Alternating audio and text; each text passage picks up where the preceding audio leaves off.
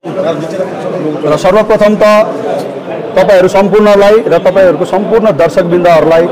म नमन गर्दै के भन्न चाहन्छु भने आज हामी मुख्य व्यक्तिहरूलाई लिएर सुनकोशदेखिको लिएर नक्सलबाडीसम्मका डुवर्स तराईका एक जना व्यक्तिगण जसका हाम्रो गोर्खा समुदाय माथि प्रभाव परेका विशिष्ट व्यक्तिहरूलाई बोलाएर यहाँ एउटा सभा गरियो र सभाको उद्देश्य थियो तपाईहरुले हेर्न सक्नुहुन्छ घोषणा सभा लेखेको छौं हामीले र घोषणा सभा चाहिँ हाम्रो यो घोषणा भयो आज हामीहरूले एउटा प्योर जातीय संगठन शुद्ध जातीय संगठन हामीले खोल्यौं र त्यो जातीय संगठनको नाम हो डुवर्स तराई गोर्खा सम्मेलन र यसमा आज चुनित गरियो मलाई सभापतिको भारमा र साथै हाम्रो अजय खड्का दाजुलाई जीएस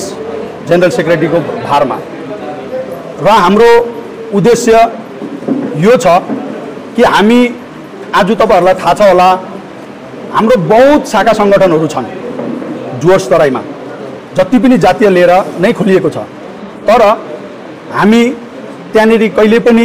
सफल भएर हाम्रो जातिको लागि न्याय गर्न सकेको जस्तो हामीले देखिनौं त्यसले गर्दाखेरि हामीले जुन चाहिँ यो संगठन जुन चाहिँ खोलेको छौं यसको नाम जुन चाहिँ राखेको छौं डुवर्स तराई गोर्खा सम्मेलन हामीले यो संगठन चाहिँ पुरापुरी सरकारसँग टेबल टक गरेर हाम्रो यो अहिले 15 वटा मुद्दा चाहिँ हाल फिलहालमा मुद्दाहरू छन् त्यो म पढेर तपाईले भन्नुहुन्छ भने सुनाउन सक्छु र यो मुद्दाहरूलाई हामीहरूले सरकारसँग टेबल टक गरेर यो कसरी यसको समाधान हुन्छ तपाईहरुले पूरा गरिदिनु पर्छ भनेर सरकारलाई हामी गुहार लगाउने र पेटेन हामीले चेन्ज गरेको छौं हामी सडकमा अब उत्रिँदैनौं आन्दोलन गर्दैनौं किनकि हामी सबै अब शिक्षित भइसकेका छौं शिक्षित छौं हामी हाम्रोमा कलमको ताकत छ हामी लेखेर हामी भेटेर हामी नमन गरेर उहाँहरूलाई हामी नजरसँग नजर मिलाएर हामी उहाँहरूसँग बात गरेर हामीलाई जुन चाहिँ संविधानले दिएको राज्य सरकारको संविधानले दिएको मागहरू हामी माग्ने छौं मुख्य माग के भएको र मुख्य मागमा तपाईको जस्तै हामीले अब मुख्य माग भन्दाखेरि यहाँनेरि जुन चाहिँ पनि 15 वटाले माग छ त्यो मुख्य मागै हो किनभने माग त हाम्रो 100 वटा भन्दा बेसी छ तर अहिले मुख्य माग चाहिँ हाम्रो यो 15 वटा छ र तपाईहरुले अगर पढेर सुनाउनु भन्नुहुन्छ भने म यो पढेर सुनाउनको लागि एकछिन हाम्रो जनरल सेक्रेटरीलाई यो विषयमा पढेर सुनाइदिने म अनुरोध गर्दछु हामी सारङसँग भनौँ हैन पश्चिम बङ्गालमा नेपाली भाषा दोस्रो राज्य कालिम्पोङ अनि दार्जिलिङ अहिलेको दुईटा डिस्ट्रिक्टमा मात्र यो लागू छ र हामी चाहन्छौँ भन्दाखेरि चाहिँ यो तराई र डुवर्समा पनि गोर्खा चाहिँ एकदमै बाक्लो सङ्ख्यामा बसोबास गरेको छ त्यस कारणले गर्दाखेरि यहाँ पनि दोस्रो राज्य भाषाको रूपमा चाहिँ त्यो हामीले पाउनुपर्छ त्यही वरियता पाउनुपर्छ भन्ने र दोस्रो नम्बर चाहिँ कुरा यो चाहिँ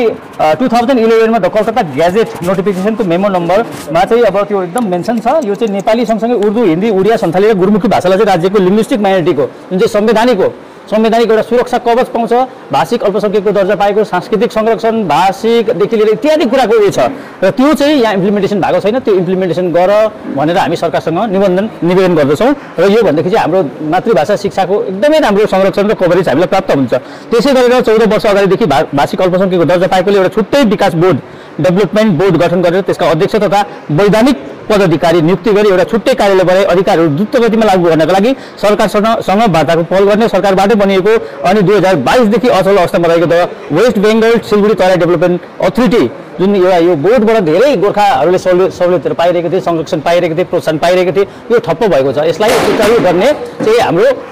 डुवर्स तराई गोर्खा सम्मेलनले माग गर्दछ र अर्को 4 नम्बरमा छ नेपाली माध्यमका प्राथमिक निम्न माध्यमिक उच्च माध्यमिक विद्यालयमा आवश्यकता अनुसार शिक्षा नीति गरिस् भन्ने जुन चाहिँ यो 2008 मा जस्तै वासाबाडी जुनियर हाई स्कुलले मान्यता पायो लुक्सानको नन्दलाल सुब्बाले लुक्सान नेपाली जुनियर हाई स्कुल भनेर खास बस्ती नगरकटाले टिबुलिन सरकारी मान्यता पायो तोरीबारीले मान्यता पायो अनि जयगाउँको विद्यास नेपाली प्राथमिक त्यसले पनि निम्न माध्यमिकको दर्जा पाए तर एसएससीबाट अहिलेसम्म पर्याप्त मात्रामा शिक्षक आएको छैन यहाँसम्म कि यहाँ नन्दलाल सुब्बाबाट एकैजना पनि सरकारी शिक्षकको नियुक्ति भएको छैन यो एउटा एकदमै 1.5 वर्ष हुँदाखेरि पनि नियुक्ति नपाउनु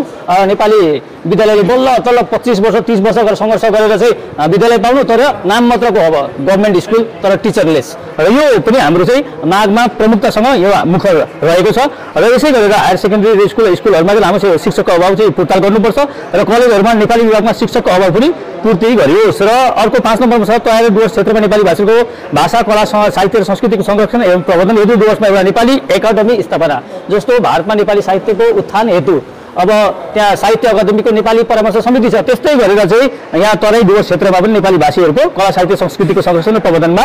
एउटा नेपाली अकादमीको स्थापना गरियोस् भन्ने कुरा यहाँ सरकार समक्ष हामी राख्ने भएका छौँ। र त्यसै गरेर कवि, लेखक, कलाकार, खेलाडी, सांस्कृतिक कर्मीहरूलाई प्रोत्साहन दिन यस संस्थाले प्रतिभाहरूलाई विभिन्न पुरस्कारले प्रति वर्ष सम्मानित गर्ने र उनीहरूको संरक्षणमा इत्यादि भत्ताहरू पनि सुरु गर्ने यसलाई चाहिँ अधिकार प्राप्त होस्। डुवर्स तराई अञ्चलमा सबै सरकारी कामकाजमा नेपाली भाषा प्रयोग होस्। यो प्रयोग नभएको कारणले गर्दा धेरै समस्याहरू भइरहेको छ। अहिले एसआरसीकै फर्म भर्दाखेरि पनि त्यहाँ बङ्गला भाषामा भएकोले गर्दा नेपाली भाषा नबुझ्ने, अब पढे लेखेकोले पनि बङ्गला अब जान्दैनन्, नपढ्नेहरूको लागि त कस्तो भयो होला, कालो अक्षर भैँसी बराबर हुँदा धेरै समस्याको समस्या झेल्नु परिरहेछ। त्यस कारणले गर्दा मातृभाषा नेपालीमा पनि यो फारम एउटा वैकल्पिक भाषाको रूपमा बाङ्ला पनि होस्, नेपाली पनि, इङ्ग्लिस पनि यस्तो अल्टरनेटिभ देवनागरीको भएको भए एकदमै राम्रो हुन्थ्यो। र यस्ता कुराहरू चाहिँ सबैतिर लागू होस् र नेपाली अनुवादकको हरेक अफिसहरूमा नियुक्ति भएको होस् भन्ने कुरा यहाँ छ। र अर्को चाहिँ भारत स्वाधीन भएको अब 80 वर्ष हुन लागेको छ। डुवर्समा ग्रामीण पुस्तकालय, यहाँनिर अब संविधानमा एकदम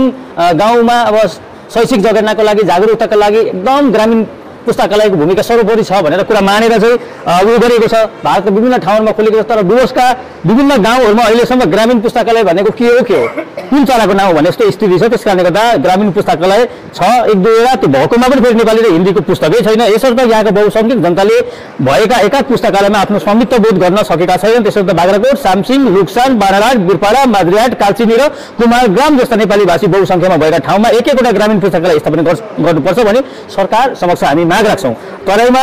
दार्जिलिङ मोड, कदमतला, बागडुग्रा र नक्सलबारीमा एक एकवटा ग्रामीण पुस्तकालय स्थापना गर्न पहल गर्ने। र यसै गरेर 8 नम्बरमा डुवर्सको प्रमुख एवं सबै डुवर्सेली गोर्खाहरूको भावना सेन्टिमेन्ट जोडिएको माउ संस्था, अब त्यो अघि नै हामीले भन्यौँ हेरिटेज 50 वर्ष नागिसकेको, यसको चाहिँ अहिलेसम्म एउटा भवन छैन। यो भवनको लागि पनि निर्माण हेतु सरकार समक्ष हामी डुवर्स तराई गोर्खा सम्मेलनको तर्फबाट माग राख्नेछौँ। यस सङ्गठनलाई राज्य धरोहरको मान्यता दियोस् भन्ने पनि माग राख्छौँ। यो भवन डुवर्सेली गोर्खाहरूको भाषिक, साहित्यिक, सांस्कृतिक एवं वेशभूषा संरक्षण र प्रवर्धनको प्रमुख केन्द्र हुनेछ। र तराई डुवर्सका सांस्कृतिक प्रबन्धन हेतु सिलगढीमा एउटा गोर्खा सांस्कृतिक केन्द्र निर्माणका लागि सरकार समक्ष माग राख्ने। यो 9 नम्बरमा यो पनि अब दिनै नसक्ने कुराहरू होइन, र यो पनि माग राख्नेछौँ। र अर्को छ 11 नम्बरमा तराई डुवर्स अञ्चलका युवा प्रतिभाहरूलाई, तपाईँहरू सबैलाई थाहै छ गोर्खाहरूकोमा प्रतिभा खेल्ने क्षेत्रमा होस्, कलाको क्षेत्रमा होस्। अहिले भर्खरै धागो फिल्म प्रदर्शित भएको छ। डुवर्समा अब निर्माता पनि निर्देशक पनि यस्तो खप्पिसहरू रहेछन्, यति झन्डाहरू रहेछन्, कलामा, प्रतिभामा इत्यादिमा भरमा रहेछ भन्ने कुरा त्यहाँबाट पनि साबित भएको छ। फुटबलमा यति राम्रो राम्रो फुटबलरहरू छन् हरेक क्षेत्रमा, र उहाँहरूलाई प्रोत्साहन दिनको लागि राष्ट्रिय अन्तर्राष्ट्रियमा स्तरमा पुर्याउनको लागि चाहिँ प्रायोजकहरूको खोजी गर्ने तथा सरकारी स्तरमा विभागीय सुविधाहरू ती प्रतिभाहरूलाई पुर्याउने पनि हाम्रो माग रहेको छ। र 12 नम्बरमा डुवर्स तराई क्षेत्रका विभूतिहरू जस्तै चन्द्रवीर प्रधान, जो चाहिँ अब डुवर्स नेपाली साहित्य विकास समितिका मूल संस्थापक पनि हुनुहुन्छ, उहाँ भए जर्ज महावर सुब्बा सिलगढीका प्रथम विधायक, अनि उहाँको जर्ज महावर सुब्बा, हैकम सिंह राई डुवर्सका स्वाधीनता सङ्ग्रामी, अनि डुवर्सका सबभन्दा पहिला आदि लेखक है हैकम सिंह राई भए, अनि डुवर्सका सबभन्दा स्थापित अब पूर्व राज्यसभा सांसद पनि प्रखर मार्क्सवादी लेखक बद्रीनारायण प्रधान, किताब सिंह राई, सुकमान मुक्तानी, इन्द्रबहादुर गुरुङ आदिका शालिग स्थापना गरेर उच्च सम्मान जनाउँदै उहाँहरूका विरासतको संरक्षण गर्ने यो पनि हाम्रो मागभित्र एजेन्डाभित्र रहेको छ। त्यसै गरेर 13 नम्बरमा सबभन्दा प्रमुख कुरा के छ भनेदेखि हामी प्रायः सबैजना चिया कमानहरूमा बस्छौँ। चिया श्रमिकहरूका सर्वाङ्गीण उन्नति र उनीहरूका जीवन स्तरमा सुधार ल्याउन हेतु केन्द्र र राज्य सरकारले अविलम्ब चिया मन्त्रालय टी मिनिस्ट्रीको पनि स्थापना गर्नुपर्छ भनेर हामी दुवै सरकार समक्ष हामी माग राख्नेछौँ। र अर्को कुरा छ डुवर्स तराई क्षेत्रका चियाकमान, बजार, वनबस्ती आदि क्षेत्रमा बसोबास गर्ने गोर्खा, नेपाली, अन्य पछौटे समुदायलाई पुस्तौँदेखि बस्दै आएका उनीहरूको जमिनको मालिकाना हक, यो एकदमै सर्वप्रमुख कुरा हो। अहिलेसम्म बसिआएको ठाउँमा नेपालहरूतिर यस्तो घर जग्गा आफ्नो नाममा नभएकोहरूलाई त सुकुम्बासी भन्छ, हामी पनि त्यही प्रकारले अहिले सुकुम्बासी जस्तो भएर बसिरहेको छौँ। र हामी खाटी नागरिक र भूमिपुत्र हुनुको लागि अथवा तबसम्म हामी हुँदैन जबसम्म हाम्रो जमिनमा आफ्नो मालिकाना हक हुँदैन। र त्यस कारणले गर्दाखेरि सरकार समक्ष हामी बसेको जग्गालाई मालिकाना हक देऊ भनेर हामी एकदमै ट्याक्टफुल्ली एकदमै कूटनीतिक प्रकारले मनाएर फकाएर फुस्लाएर अथवा के गरेर त्यो प्रकारको शैलीमा हामी यो पनि हत्याएर छोड्ने हामी आज पूर्ण गरेका छौँ। एजेन्डामा यो छ र 15 नम्बरमा चाहिँ सरकारद्वारा प्रदत्त 5 डेसिमल जमिनको हक सम्बन्धमा उठेका विवाद अन्यलता र समस्याबारे स्पष्ट आधिकारिक र सुरक्षित स्थितिको अध्ययन गर्न बुद्धिजीवीहरूको एक्सपर्टहरूको जस्तो ल्यान्ड रिफर्ममा काम गर्नेहरू उच्च पदस्थ अधिकारीहरू जो रिटायरहरू भएका छन् उहाँहरू पनि हामीलाई सघाउन हामीलाई पनि गाइड गर्नको लागि अहिले पनि तयार छन्। उहाँहरूले फोनहरू गरिराख्नु भएको छ। उहाँहरू सबैलाई लिएर हाम्रो बुद्धिजीवीहरू सबैलाई सम्मिलित गरेर एउटा चाहिँ अध्ययन समूह बनाउने र त्यो उहाँहरूको अध्ययन र प्रतिवेदन अनुसार हामी त्यसलाई लिएर चाहिँ सरकारसँग चाहिँ डायलग अथवा बातचित गर्नु जाने यो रहेको छ।